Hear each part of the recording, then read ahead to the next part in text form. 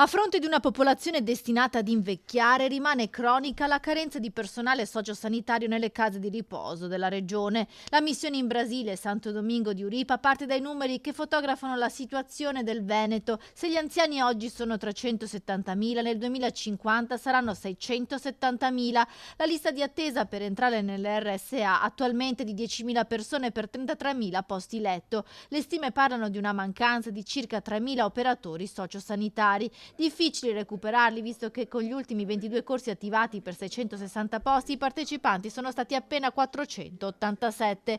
La delegazione Uripa, l'Unione regionale delle residenze private di assistenza anziani, ha così intrapreso una missione istituzionale in Sud America per avviare dei percorsi di cooperazione internazionale e portare personale formato qui in Italia. Siamo semplicemente andati a dirgli che come Uripa vogliamo prenderci l'impegno che i ragazzi che verranno liberamente a lavorare nei nostri paesi, il canale Uripa gli garantirà un'etica e un'accoglienza di valore. Quindi i ragazzi che entreranno con i tirocini lavorativi avranno la casa gratuita per i 4 mesi di tirocinio, avranno 3 mesi di gratuità dell'alloggio anche nei primi 3 mesi di lavoro. Li andremo a accogliere nel momento in cui arrivano e li accompagneremo nelle sedi dove sono destinati al lavoro.